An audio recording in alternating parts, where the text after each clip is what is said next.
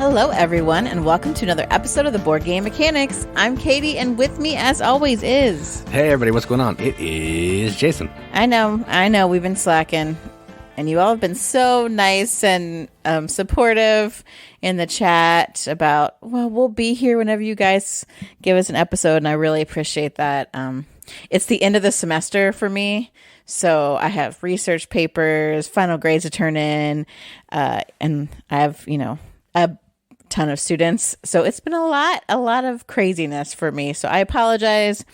I will totally take the blame for us not getting out a weekly episode. Yeah, and like we said at the beginning of the year, we're trying to do it every week, but it'll happen when it happens. That's kind of where we're going to shift it to right now.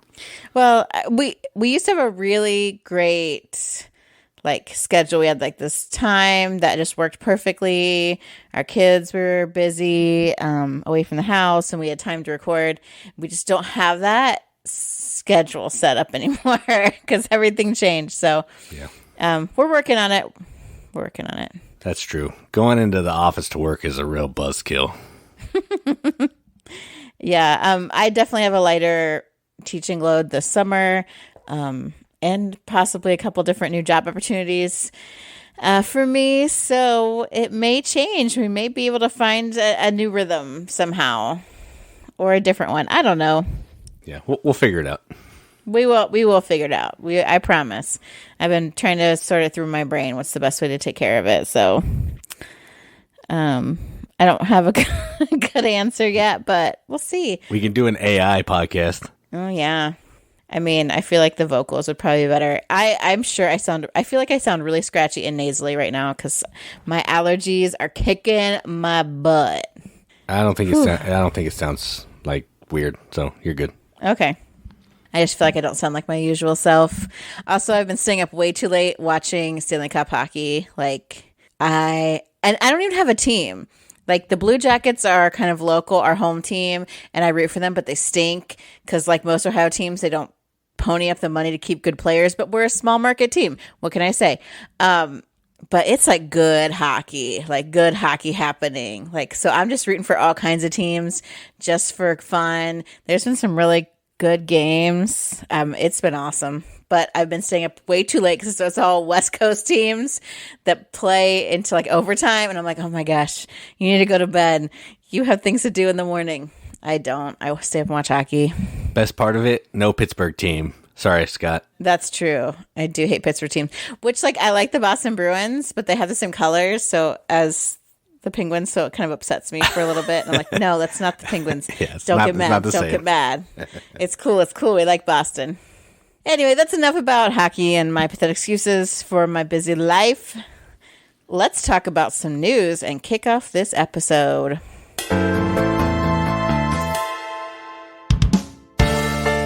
So my news this week is from Kickstarter. I only grabbed two, just because I don't know. There's some stuff that appears interesting at first, and then I get into it, and I'm like, I don't know. So the two I picked out today really intrigued me, and I think maybe you might like them too. So my first one, as soon as Jason saw the name, he's like, "Oh, that's totally right up your alley," and he is right. And this game is called Taiwan Night Market. So it's from TBD Games, which I think is a really cool name. And it's a game company, a publisher of Taiwan. And in Taiwan Night Market, it is an auction game. So you are bidding to get locations in the night market for stalls. So you don't know what the stalls are at first, which I think is interesting. I haven't quite figured that out, but you auction off 5 locations around, and the cool thing is the auction things that go out, they have numbers on there, so you put your player pieces down on what number you want to use to bid, but the auction cards go on the locations in the market where you're going to set up your stall. So, and then there's these customers that come out. They're hidden customers. I don't know if you know what they do. I still haven't figured that out. So you pick a secret customer.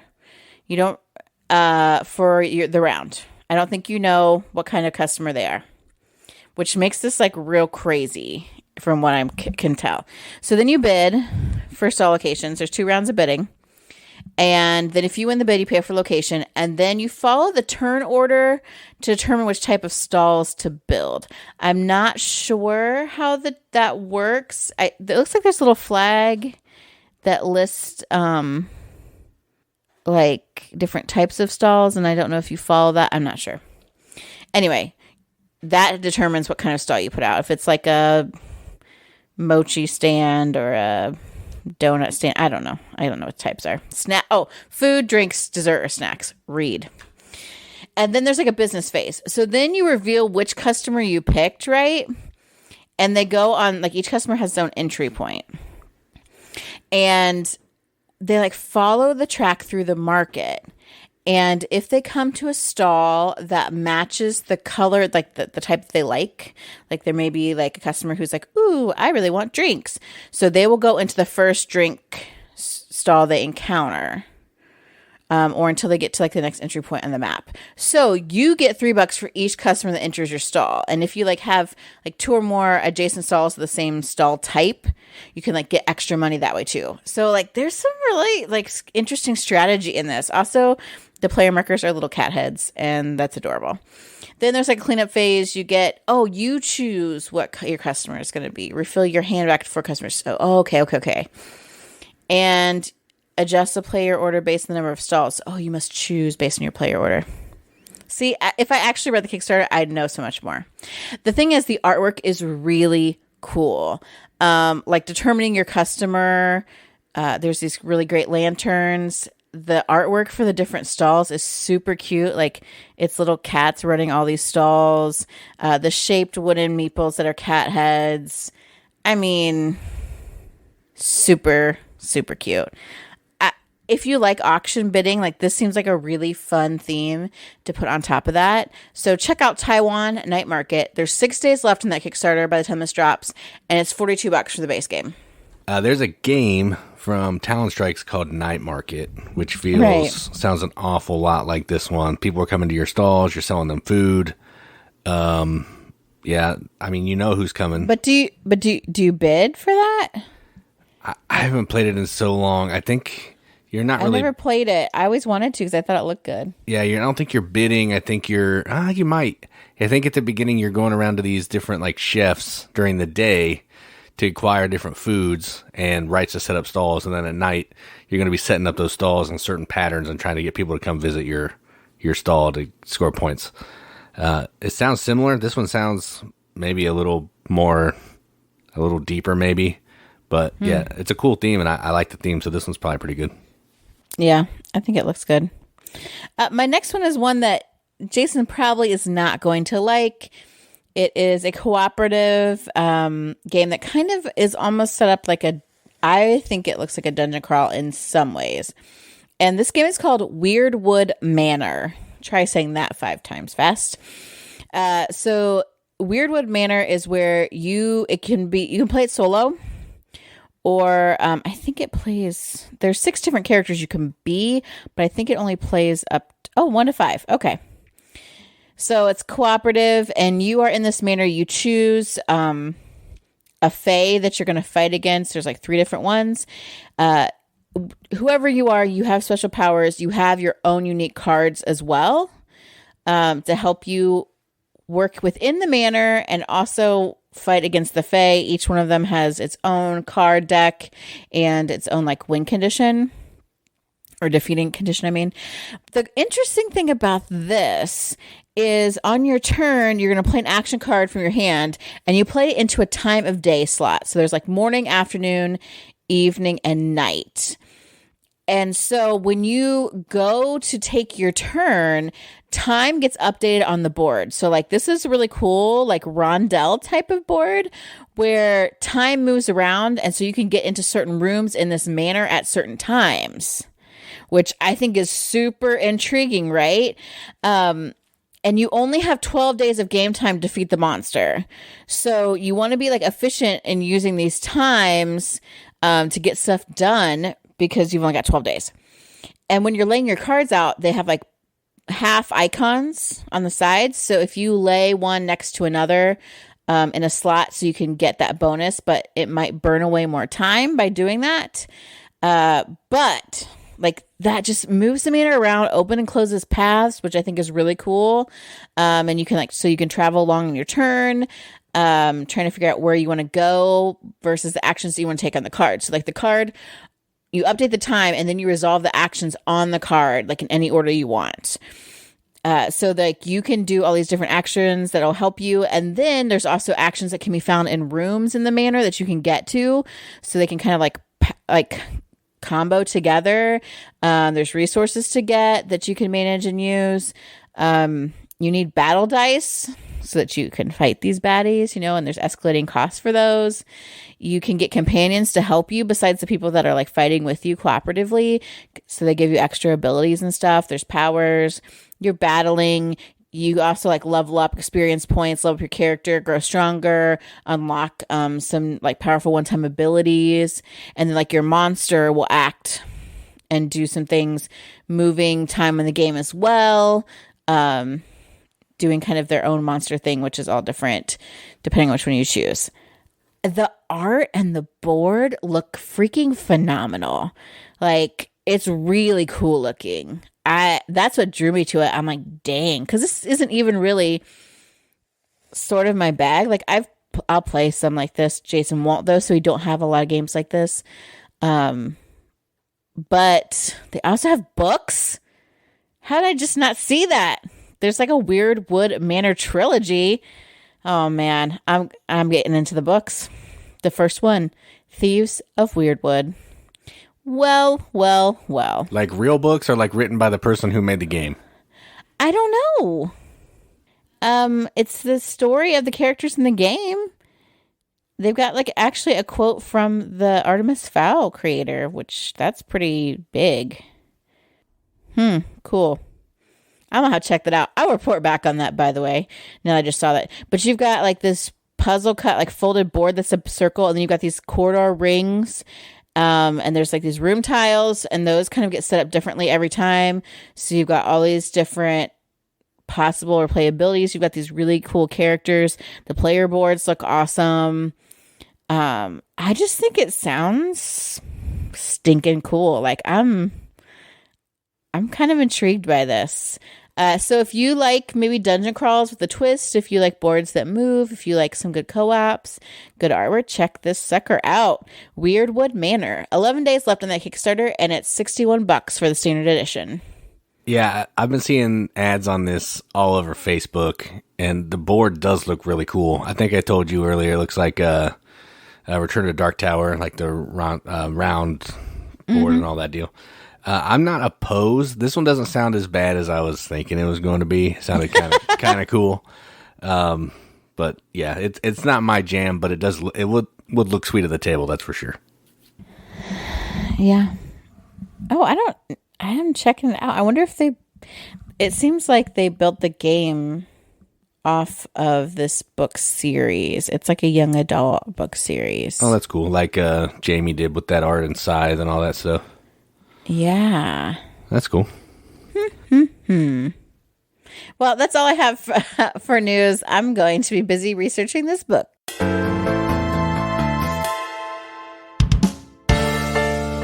All right, so let's talk about a few games that we played. We played a lot, but, I'm going to save some for another time.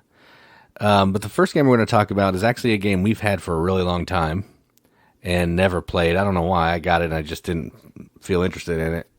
But our friend Chris brought it over, and it's called Herbaceous. And this is a game about planting different types of herbs in these different pots. And the way that you're going to do that is on your turn, you're going to flip a card. You're either going to put that card in your personal garden or you're going to put it in the community garden. Then you're going to take another card off the top of the deck and you're going to put it in the opposite location. And what you're trying to do is you're trying to get different types of herbs to be planted into one of these 4 different pots to score points. You're going to fill all 4, but they're each going to score in different ways. One pot, you want to have all the same type of herbs. One pot, you want to have all different pairs of herbs. One pot, you want to have all different herbs. And then the glass pot, you want to have these special herbs that are worth extra points. They can only be planted in the one pot, and it's really nice. So on your turn, If there's some plants, some herbs out in the community garden or your private garden, you can gather them up and plant them. The trick here is you can only plant in each pot once. So you're trying to, push your luck a little bit, hold off as long as you can until you get the perfect amount of cards to plant to score the most points. And the game is over when the deck runs out, or I think everybody's got all their pots filled up or something. It's super quick. It's really fun. It's easy to explain.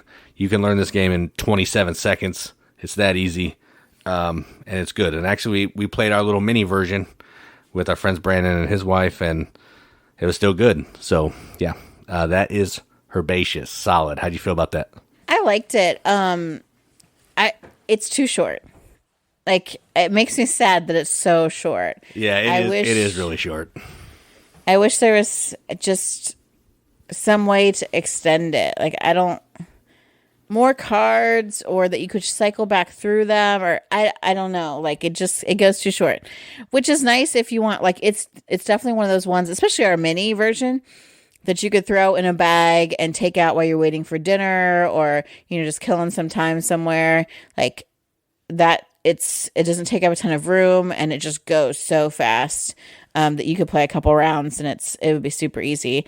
I like it. Like, the artwork is really pretty. But yeah, it's so fast. But I guess that's a sign of a good game that I always want it to last longer. So yeah, it's 100% a filler game for sure. Like, you're not going to base a whole game night around Herbaceous. No. I mean, it is in the top 1,000 on BGG though, so that's that says something. People are into this little quick game. I guess so. It's good. So Herbaceous, solid. Next game that we played is one of Katie's favorite themes, and it's space. So we played a space game. Also, our friend Chris brought this over, and this is called Sovereign Skies. And this is a game where each player is taking on a different faction. And what that really means is you have a different player ability, and you have a different shaped ship and different color. And you're moving your spaceship around this Rondel. More to come on that later. And you're going to be taking actions at these different locations. So on my turn, I can decide to move one or two spaces for free. Anything else that I want to move, I have to pay some energy. Or I can spend some energy and turn my ship around to start going the other way around the board. What you're trying to do is you're trying to get at these different locations, and you're trying to get resource cards, which is how you're going to be recruiting new senators or something to come over and give you these awesome one-time abilities. And you're also trying to put little drop ships down on these planets because you want to have the majority on these different planets so you can build your space station, I think is what it is. So eventually you can activate it to score even more points. So it's an area majority game, sort of. I mean, you're not really booting anybody out, but it's like a race to fill up with more of your stuff so you can build first because it's easier. And each of the planets have two of the same actions. You can put dropships down, or you can take a resource card. But then every other planet has an individual action that's specific to that planet. So some may let you activate your space stations. Some may let you recruit the senator. Some of them may let you turn in some of those resource cards to bribe a planet. I forget what it's called, but yeah, there's a whole bunch of different actions you can take, and it's pretty quick. The game ends when a couple stacks of points run out. And that's it. Whoever has the most points after everything is said and done is the winner. I enjoy this. I like Rondel games. I don't mind space as much, but this could have been any theme. It could have been moving your plow around a farm and planting soybeans and all that stuff, but they put it in space. It was fun. I liked it. It's really fast. Another fast one, maybe 45 minutes. You're just getting into it and then it's over. So that could be a con, but it didn't bother me that much. So how'd you feel about this space game that you love so much? It was meh. I mean, once I finally figured out what to do, it's not like it was hard. The game was over. Yes, the game was over. And I was like, but wait, I just developed strategy. So I don't know if that means I should play it again now that I have a strategy, but it's space and I honestly don't care that much. The little rocket ship, little meeples were cool and I had a good time playing with those. But it's area control and I don't like area control just because it never works out for me. I'll even work hard to strategize and be like, okay, yeah, I want to be here and do this. And no, I don't get anywhere. Someone always outbids or jump something at the last minute, and it just never works out in my favor. And it was space. I could have tolerated, like putting ducks in different areas of a pond or something, but no, it had to be spaceships and crap. And I was like, hey, okay, 2 strikes against you. So it wasn't like I hated it and never would play it again, but I was also like, it's okay. Yeah, I liked it. I would play it again. My only issue with it was you're just getting into it and then it's over. Like, same kind of deal with Herbaceous. Like, you're just getting into it, you're figuring it out, you're getting some points, and then it's done. Yeah, but Herbaceous is like, it goes from like 0 to 11. That's true. You're like, yeah. Okay, I got 1 pot. I'm like, oh yeah, look at me, good points. And then it's like, oh my gosh, there's no more cards. Crap. Yeah, that's true. Yeah, it's a little more egregious on the being over too early. Yeah, at least with Seven Skies, I was like, okay, I get this. Oh, this is my last turn. Okay, cool. Yeah, that's true. Moving on. All right, well, those are a couple games that we played. We will keep moving on. Okay, so in both the news and in games played, we have hinted at tonight's topic, and that is games with rondels. The reason why I picked this topic is because I got to talk about my favorite types of game, one of my favorite types of games mechanics, which is deduction. I love deduction, and Jason put up with it. And so one of Jason's favorite mechanics is a good rondel. And I thought, oh yeah, I like rondels. And then I realized I could only name like 2 games I like that were rondels. So I realized I don't like rondels. I was like, oh, dang, I don't. And then both BGG and Jason tried to convince me that other types of games are rondels that are absolutely not. Because in the name rondel, it is alluding to round. So there are some honorable mentions that I will definitely blast because they're not at all freaking rondels. But we will save that because I made sure that the ones in our list are straight up legit rondels. So Jason, get us started with our games in the round. Yeah, so our top 4 are definitely all rondels. When we get into the honorable mention, it gets a little hazy. That's what I said. Yeah, I know, because Mancala and Rondel kind of get lumped together a little bit, but we'll talk about that later. So my number 4 is actually a game that Katie doesn't like, which is sad because it's an Asian theme and she loves Asian themes. And this is nothing but Rondel. It even has Rond in the name, and it's Roundhouse. This is from Emperor S4, I believe. And this is a game that has dual rondels. It has 2 layers of rondels. It's this roundhouse, hence the name. And you're moving these little workers around to take different actions. Now, I haven't played it for a long time because, again, nobody likes it. But I'm going to try to tell you what it is. You're trying to get, like, different types of jewelry. And you're going to be maybe getting money. You're going to sell some goods to get money and score points. And then you're going to be using that jewelry to give favor to the priest or something on this other board. I think that's kind of what's going on.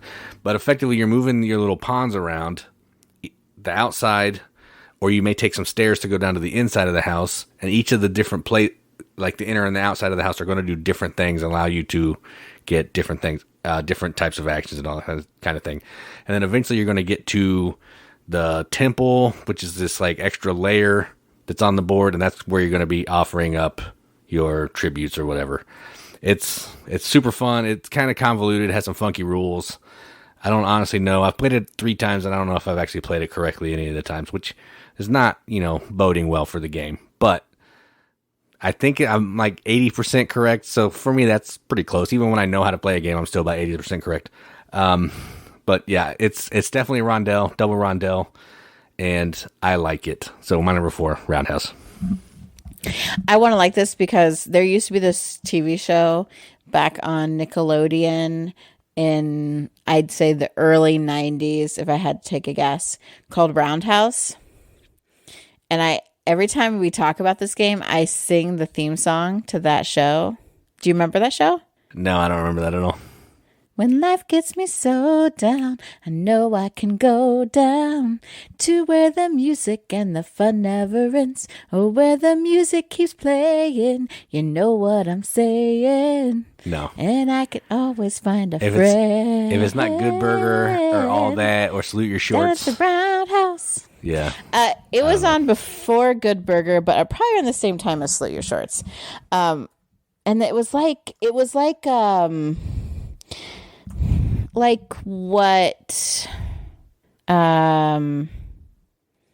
what am I thinking? Like I was about to say riveting. Yeah. Like a variety show, kind of. Like they had like a musical guest and they'd like skits and stuff. Yeah, I never heard of it. Okay. Apparently, according to a quick Google search, it was on from 1992 to 1996. So the fact that I remember that theme song so well from when I was like 10 years old. Yeah, that's when I was watching Nickelodeon too. Yeah, I don't know. I just don't remember that one. I know. Okay, well. Anyway, this game is nothing like that, and it makes me really sad. And it's not good. I played it once, and I was like, this game stinks. People who like games will have to play it with me next time. I like games. What? I'll get Scott I like good or games. Somebody at a Rundown, Mike from Rundown Mechanics Con. He can play it with me. Sure. Go for it. My number 4 is a game Jason insists that he will never like. He never wants to play, blah, blah, blah. That's not true. I said I would play it once. Just recently, you changed your tune, bucko. Let me point that out. Because previously, you're like, oh, I didn't do that. This is ridiculous. This Kickstarter is ridiculous. I don't understand how people are going to... I still do think all that stuff about the Kickstarter for sure. But I played this game actually once, and it was really fun. And that is Return to Dark Tower. I did not play it initially, probably back in the days when Roundhouse was on TV. No, before that. Before that, yeah. When the other shows I like to watch were on TV, like Magnum P.I., McMillan and Wife, and there Quincy. You go. Yep. The board is round and it surrounds the tower, right? And then you kind of have your own quadrant of the board, basically, where you've got a home base going on, skulls spit out into random parts of the rondel, and you are moving through it to get to, I guess it depends on what adventure you're playing. I only played it once, and someone else set it up because it is a little like, it's technology based now because the tower is controlled by like an app. Beyond me. That's how I'm glad someone else like directed the gameplay. I'm like, sure, whatever. We played this with I played this with our friend Tim's brother-in-law, and a couple of guys from the Board Game Rundown. And like, I was given a job by Tim's brother-in-law, and when he gives you a job, you do it. And so my job was to go in, like, you go into the dungeon. You go into the caves and you find the stuff. And I'm like, okay, that's my job. Yes, sir.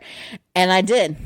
I was like, you know what? I'm not getting out of here. No, I'm not leaving until I find what I came for. And I was like, I'll throw everything I got at it. It's fine. And we ended up winning. It was amazing. But you're moving around. Like, you can kind of see the other like areas of the round board. But you want to keep your area from getting like too crazy into mayhem because these baddies are like being spit out and bad stuff is happening. So you're trying to also accomplish like the overall mission without letting your piece of the pie, the round board, get out of control. So the roundness of the board, I think, really goes with the game because it's like this area surrounding the tower. So you're like, okay, we got to control this, and I'm going to kind of patrol my area and help you with your area if you're close, if your area gets overrun. But it's really fun. It is like a dungeon crawler, but you're not in a dungeon, you're around a tower. Or sometimes you go in a dungeon, which that was my job in the mission we played. But really cool. Like, the game is just cool anyway. The tower is awesome. Parts of it open up and stuff spits out, and it's got sound effects, and you got minis out the wazoo, which, I mean, honestly, not to sound like Jason, but I could take my little shoppers from Mall Madness and put them on this board, and the game would be just as good, in my opinion. Yeah, I am rubbing off. I didn't say cubes, though. I said Mall Madness, people. That's fine. I'll allow that. That's fine. So my number 4 Rondel game is Return to Dark Tower, and I would love to have another go at this. And Jason did say that he would be willing to try it. So when you're patrolling your area, is it like your own individual rondel that you're moving around? No. It's like a slice of pie, basically, of the whole rondel. Okay, I was just trying to figure out if you are actually moving around the board in a circle.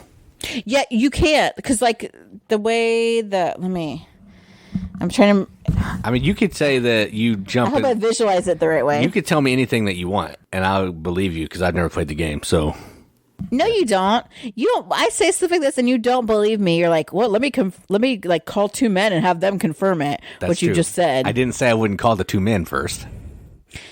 No, there's like so there's these different like terrain types on the Rondel, so you kind of move around them, and the different pieces are separated by rivers. So you can end up in other people's section of the board. Oh yes, you absolutely can. Okay, all right. It just sometimes makes sense. Like, okay, here's my home bases here, so you can do like you have better actions in like your area, if I remember correctly. Yeah, I don't know anything about it, so so that helps if you kind of stay in that. But yes, there are absolutely times where you want to be with somebody else. You can trade stuff, move around to that place, get to where like the different entrances are to things or where monsters pop up or whatever. Yeah, you're moving around all over. You're not just staying in your slice of the pie. Got it. All right. Yeah, I would want to try this. It's just so unbearably expensive. It's crazy.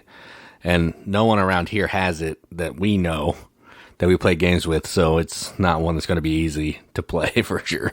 That's true. That's true.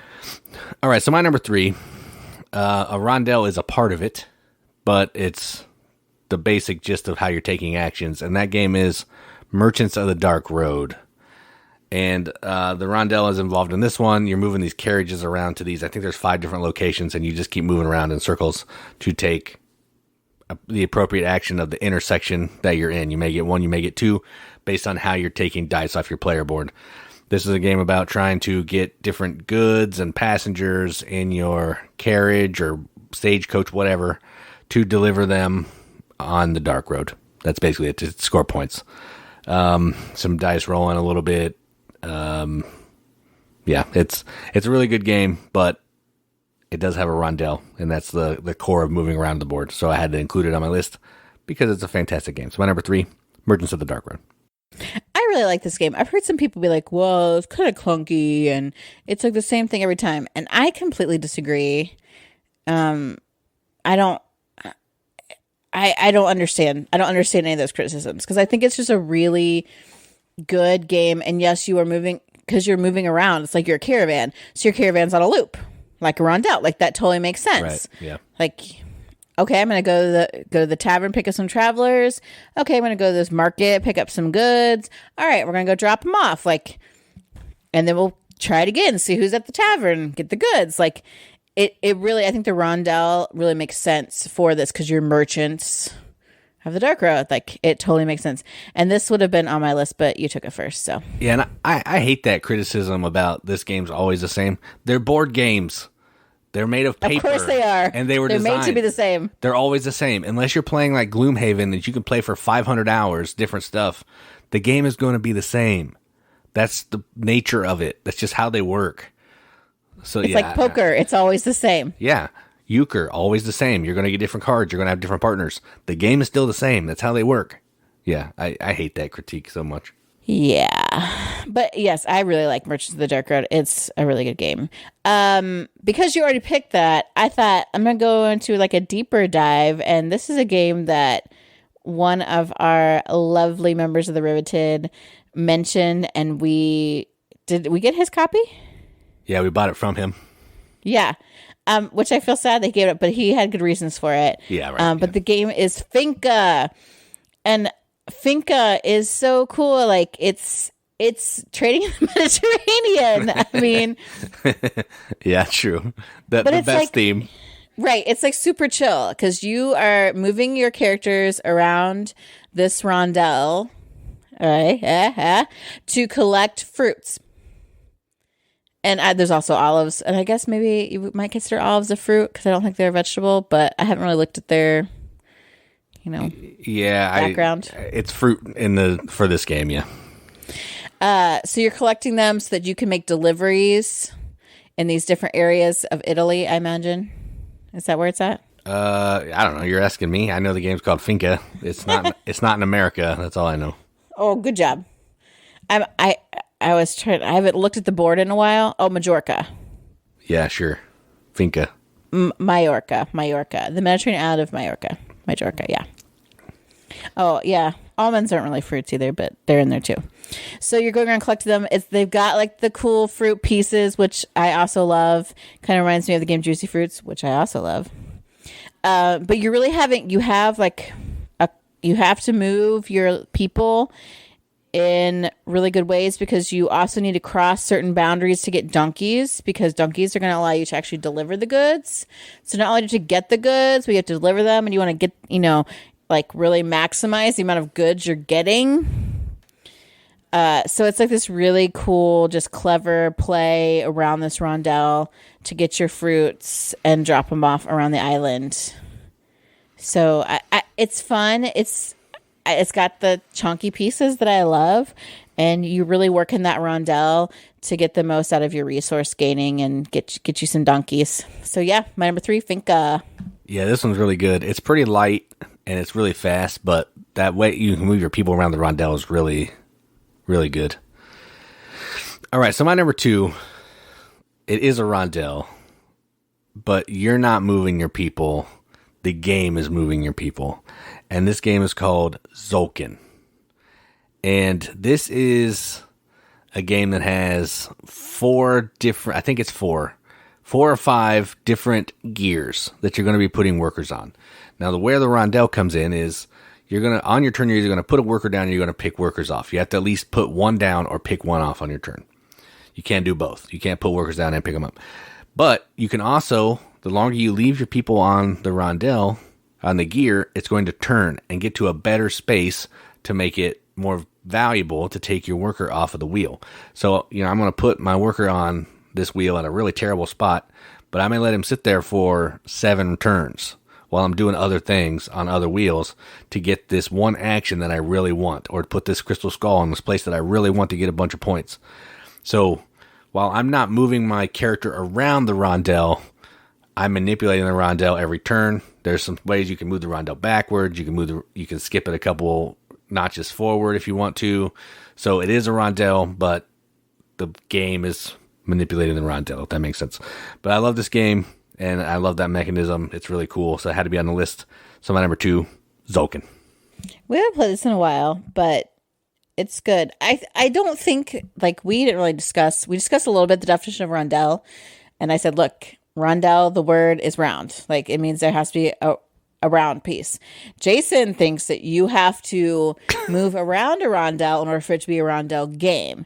And I disagree. I just think that the rondel has to be a key part of how you play the game. When I think of a rondel, I think of moving around on the thing. That's just me. I know that's not what it is, but that's just how I interpret it. So okay. That's why this one doesn't feel like a traditional rondel to me, because I'm not actually moving my people around the circle. But everybody is going onto a circle. I think that it's so key to the game. You're not doing a lot of other things moving in other ways that aren't circular, except for those one temple steps or whatever. Yeah, that's true. Yeah, it's a side thing. Yeah, like a side track. That's basically it. So I feel like this is a definite example of a rondel game, and you are too limiting in your definition. Well, that's probably true. Yeah, I agree with you.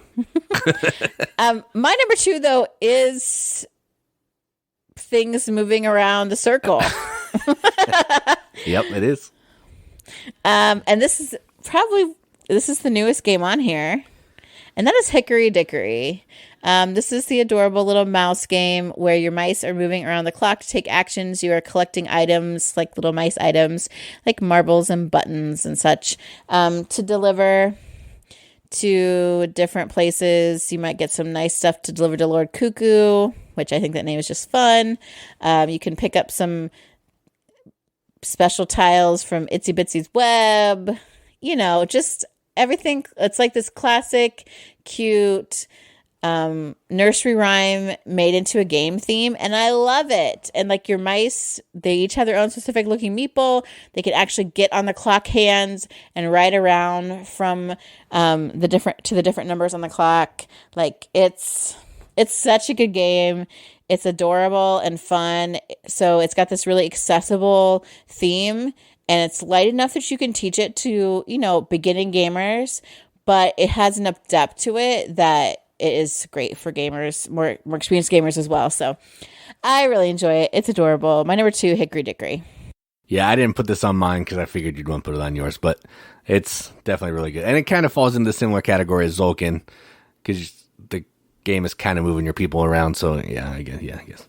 I physically move the clock hand, so I am moving my people. Well, we physically move the Tzolk'in gear, too, once every round. So exactly. Yeah, that's true. You're right. I love that. Say that more times. Let's put that in a loop. That's it. Just 2. All right, so my number 1 is... I probably should have put another one down, but I didn't. And I'm sure Katie will berate me later. But this is... When I thought of Rondel, this was the first one that popped into my head. We should have traded number 1. This is what we should have done. Yeah, we should have. But I had this written down first, so I'll stick with it. And that is Merlin, which is a great Stefan Feld game. And this game, depending on if you have the expansion or not, could be multiple Rondels. But if you just have the base game, it's a big round table, like Knights of the Round Table, that you're moving around. Your knight is moving around, different chairs. And you're going to be taking different actions where you land on. You're trying to get these... You're trying to get apples. You're trying to build buildings in this little area control place. You're trying to get some of your people out on the board to get flags and fight these people who are climbing up your castle walls and defeat them and all that kind of thing.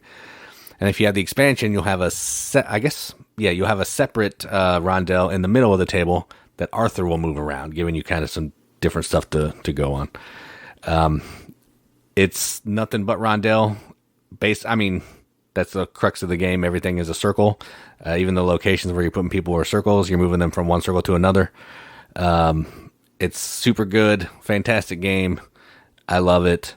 So it had to be on the list because it is ultimate rondel. So my number 1, Merlin.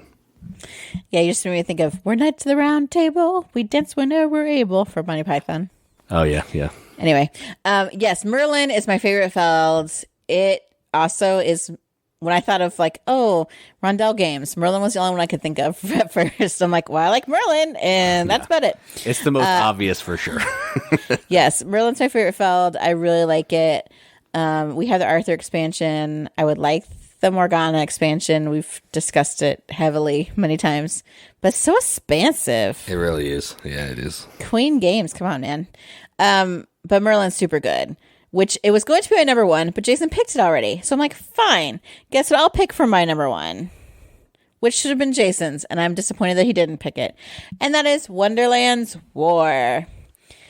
So Wonderland's War kind of has 2 different rondels, I would say, going on. So in part of Wonderland's War, you are moving around the tea party table to collect... chips or Wonderlandians to be used in the second part of the game. So you're moving around a rondel, which happens to be a roundish oval table. I think it's not perfectly round. Yeah, it's not. So. Yeah, it's like oval almost. But it is a round. There's no edges. Yeah. And then in the second half, you're going to actually have your war where you fight your different battles, which again, it's not really battle-y. It's not anything like that. It's just like, let's do a little quacks game where I see how far I can push my luck and beat you and we'll go. Or not, because I got other goals anyway, which is cool. But you start at one site and you move around to all the different sites until you complete the circle with all of those fights. Wonderland's War, we've talked about it many times. Jason's obsessed with it. He's mad that the new Kickstarter, Pledge Manager hasn't even come out yet. It's out. It just hasn't closed. How much time are you going to give these people? Come on. Maybe in 5 years when it's fulfilled, we will have our big fancy edition of Wonderland's War. But 2 different kinds of round movement, which you are moving your own people around. So there you go. You are. It even meets Jason's narrow and incorrect definition of rondel. And it's a fun game. So much more fun than we could have imagined with that kind of name and the poor advertising that was given to it. Come on, James, get it together. I know, buddy. Don't block me on Facebook. Right, I'm not criticizing your game, okay? I just said I liked it. You're number 1 in my heart and in this list. And in my almost my top number 1 of all time. So come on, don't block me. I'm just kidding around. And in our checkbook after we back the deluxe edition. Come on. But yeah, like Jason didn't play for a long time. He was mad about the hype, number one. I said, okay, I'm gonna play this because I was interested in it right away when I saw it come out on Kickstarter the first time. He was like, no, it's a battle game, rah, rah, rah. And I'm like, that's not the impression I got, but kind of.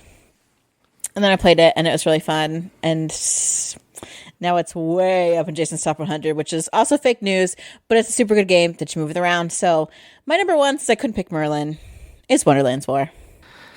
All right, you want me to talk about some of these honorable mentions so we can argue? Sure. The first one, absolutely not. Okay, so the reason that's on this list, on BGG, Board Game Geek, if you don't know what that is, there were only 200 games that mentioned Rondel. 200 out of like 20-some thousand. And this was one of them, and that game is Concordia.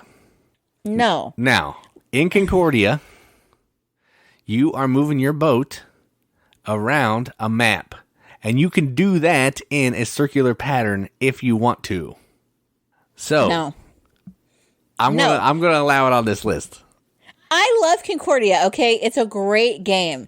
It is not a Rondel game. That is malarkey. You can take that up with Board Game Geek. They're like they know anything. Give me a break. A game isn't released yet, and somehow it's ranked number one, even though 5 people have played it and only 2 people own it. Yeah, right. I mean, okay. That's true. That's not Board Game Geek's fault. That's the user's fault. Don't even get me started on that, okay? And humans are fallible. I've met a lot of dumb people that are in charge of websites. So I'm sorry. This is not a Rondel. No way. We'll say it's Rondel. A good game, though. How about it's Rondel adjacent? How about that? No, it's not. It is not a Rondel. It's a route building game. All right. And the routes aren't in circles. Let's talk about the next one, which does have some circles in it. Yes, this one, I'll allow it. So the next game is called Corrosion, and we've only played this once. We had it in our house for a while. We were borrowing it, but we never got to play it again. And in this game, you're taking some gears, and you're building this little player board in front of you, and you're turning these gears to get different types of actions and points and all that kind of thing, connecting them together and all that stuff. It has gears. They are round. They are turning. Therefore, it's a Rondel game. You're not really putting people on it, but you do have gears that are turning, which is cool. Yeah, and the turning actually like contributes to the actions you can take and what you can do. Correct. So it really is key to the gameplay. And that one I think absolutely fits. Also, I think the next one, Crusaders, totally fits. Well, you have a Rondel. No, that's what I was talking about earlier. This is, all right. This is Mancala versus Rondel. Your action selection at the beginning here is Mancala. But does Mancala count as a Rondel game because you're moving things around a circle? But you can Mancala in a non-Rondel. Point in case, 5 tribes. That's true. That is not Rondel Mancala. They're not synonymous. This is a Rondel Mancala then, yes. Right. And so a Rondel is significant to how you play the game because you have to move around this circle in specific ways to get your actions. Yeah. Yes, there is a board where other moving is happening, but all of that happens based on how you move the Rondel. Board Game Geek had this one as well, so they're getting back. They're getting back in the good graces.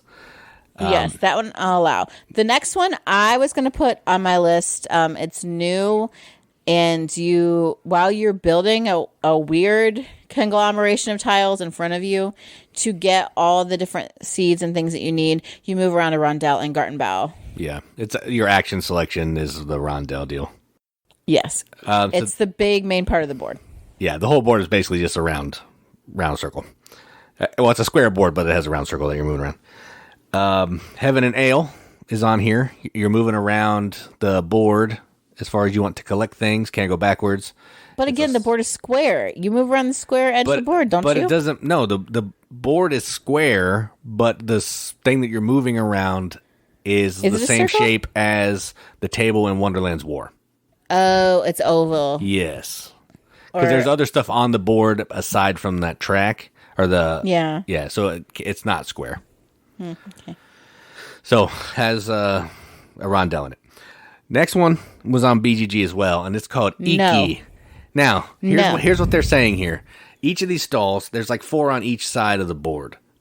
And what's happening is when you hit the end, you jump sides and you start going down the other side. So you're basically taking this continuous loop around this board to visit these stalls to trade in stuff to score points. So I think that's why it's on the list. You move in a rectangle. No. No, it's like you're just moving down one line and up another line. That is not a rondel. It is not a circle. I love Iki. It's such a good game. I want to play it again so badly. It's not a rondel. No. Like, I don't know why. All right, so the next one, Katie hasn't played yet because I won't let her play it. And it is called Kraftwagen.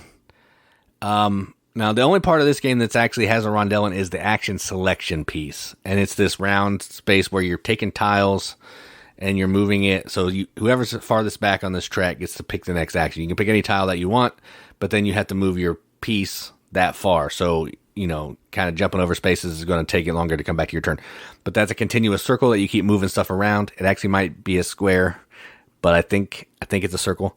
But you're moving stuff around continuously to keep this network of action selection going. So it has some rondel in there. No argument on that one? I've never played it, so I don't know. Okay, good. Then I win. Well, it's not. You don't win anything. It's not a battle because I have nothing to contribute to that because I haven't played it. Because you won't let me play it. Probably because I hate that other stupid car game, which doesn't make any sense. And then you won't let me play this card game, which actually might make sense. It makes more sense than Kanban, yes. Mm-hmm. All right, and I don't know why this, not the next one, but the next one is Queen's Architect, which I don't think you've played, and I've only played it once with Brandon. No. This is a game where you have they're like octagons, tiles. I think that's where they're getting the rondel in this, is you're putting these on this little player board, and you're turning them around to give you the strength of your worker. So it can't be round because it's got to actually click into the board, but it's functioning like a round thing that you're spinning. It's just not 100% round. I don't know if that counts or not, but it was on BGG. It sounds suspicious to me. You're turning. No way. I'm looking at the board. No, there is no freaking rondel on this thing. Not the board, your player board. Those little characters you have to turn and level up. And I'm actually removing the next one because I just wrote stuff down that BGG was saying, and they're way wrong on that. It's a star, and then you stick stuff around the star. I don't. That is shady. Well, either way, it's on BGG, so you guys can go look that up and see what you think. The next one is Teotihuacan. I don't know how you say it, but I like to say Teotihuacan. Again, this was on BGG as well, but the board is not circle. It's the same deal as Iki. You're moving around a rectangular board, but you're always going continuously around over and over and over and over. So I think that's kind of why they lumped it into this. I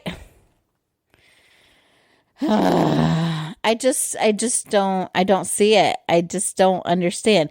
This looks like it's like mahjong. No one said that mahjong tiles are laid out in a rondel.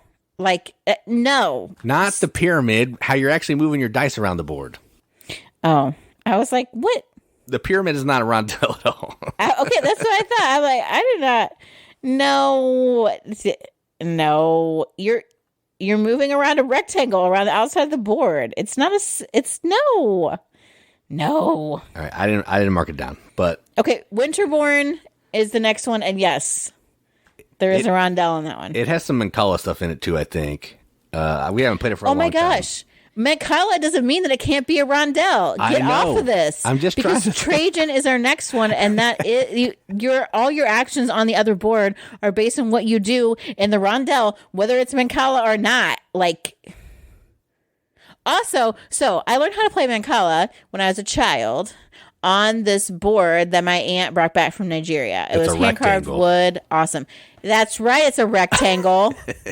Mancala does not mean rondel. But you can do Mancala in a rondel, therefore making it a rondel. All right, moving on from rondels and Mancala. We can't. That's the whole episode. Next up is Antarctica. I haven't played this one. I don't know. Yeah, you haven't played this one. I think I might have played it with Brandon, but I've played it by myself a couple times. You are an ice boat, or a scientist in Alaska, and you're moving this boat around the board counterclockwise, and you're moving the sun around the board the other way, and the sun's going to melt the ice so wherever your boat is, you can take action. So it's the same rondel, but they're going in different directions to allow different actions. So it's not listed, but I think it fits. Okay, I don't know. Aquasphere. I don't know. I put this one down. It might be a stretch, but you're moving your workers from different pods in the Aquasphere in circles while walking through the corridors, trying to get to these different locations to activate your robots and do the actions. I think it works. It's not a traditional rondel, but I think it works. Just because the word sphere is in it doesn't mean... Sphere means round. I actually think this one's fair. It is a rondel. I hate this game, but I think it is a rondel. All right, so the next one is another controversial pick. No, it's not controversial. It's dumb. Straight up. And dumb. This is Great Western Trail. So this one was listed on BGG, I'm pretty sure. And I think why they're saying this is a rondel is because you're moving, the board is moving in a circular pattern. And you're getting up to Kansas City and you're coming back down to the beginning, and then you're going to keep moving in that pattern throughout the game until the game is over. So while the board is square and it's not necessarily a circle that you're moving around, it is a circular pattern on a square board. No, it is not a circular pattern on a square board. It is a trail. The trail is not in one big circle.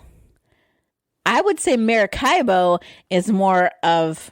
I had that. You yelled at me. Because it's stupid, but it's more rondel than Great Western Trail. All right. So no, we'll say, I'm looking at this. Just because you come back to the beginning doesn't mean you went in a circle. We'll say Great Western Trail / Maracaibo. How about that? Oh my gosh! And I just added the last one when we were talking, because we did talk about this before, and somehow it got left off the list. And that is Masque of the Red Death. This is a rondel. Yeah, the rooms are in a circle. Yes, and you're moving your people and death around these different rooms to try to get clues, and in the first half you're trying to get a whole bunch of stuff, and then second half you're trying to avoid death. So yeah, it's definitely around. It's definitely a rondel. Need to be on the list. It was going to be on my list, but I just talked about it when we talked about deduction, so I decided I wouldn't feature it as heavily, but it's definitely rondel. Better than freaking Great Western Trail. Give me a break. Snow Concordia, that's for sure. Oh my gosh. Exactly. It actually fits the definition of rondel. Oh, oy vey. All right, so those are all the honorable mentions and a little bit of controversy to go along with it. Yeah, you're welcome to duke it out about these games on our socials. You're allowed to be wrong too. I don't care. I want you all to tell me how awesome Concordia is as a pick. That's what I want to know. Concordia is a great game. It's not a rondel. Who agrees that Concordia is a rondel? Back me up. Silence. That's the sound that you're going to hear from everyone in the Riveted, in our socials, in our listening audience. They are not going to back your play on Concordia. Well, I mean, I know you're not going to back my play, but they might back my play. No, I'm telling you, they're not going to. Right, everybody? The first one that does it gets a high five. Highest of fives. No, you're on my list. Don't threaten the listeners. They can agree with me if they want to. They can, but there are consequences. We can't record this late. I'd lose my mind. It's actually not as late as normal. I know. It's 10 o'clock and I'm like, woo, I'm crazy. It's been a long day, everybody. Telling you right now. It's crazy. I'm getting slap happy. It's like I had dairy. Did I have dairy? I did. Yeah, you had that lasagna fruit-based thing. Yeah, so have you guys, maybe you have, seen these poorly named desserts, but you're like, oh, it looks good. So I saw this one that a lot of people have posted on Facebook, this lemon blueberry lasagna is what it's called. But it's really more like a no-bake, blueberry cheesecake lemon pudding layered pie. And I made it, and it was delicious. So I had my dairy. I had a lot of sugar. I'm kind of hopped up on some allergy meds right now. So anything I've said in this podcast, if you made it this far, I can't. I won't be held responsible for what I said. This is why I don't listen back to our episodes, because I'll just die of embarrassment. Yeah, for the stuff that I said. I can't believe that Katie said Concordia was a Rondel. What a... Shut up. Jeez, come on. Everybody knows it's not a Rondel. We will take this up later. Okay. All right. So our listeners have distance from me. You don't. That's true. You're going to hit me where no one can see. No one can see because it's on the radio. That's true. All right. So before I incriminate myself, we should probably wrap this up. All right. I have been Katie. And I'm Jason. Keep gaming, everybody. Keep gaming.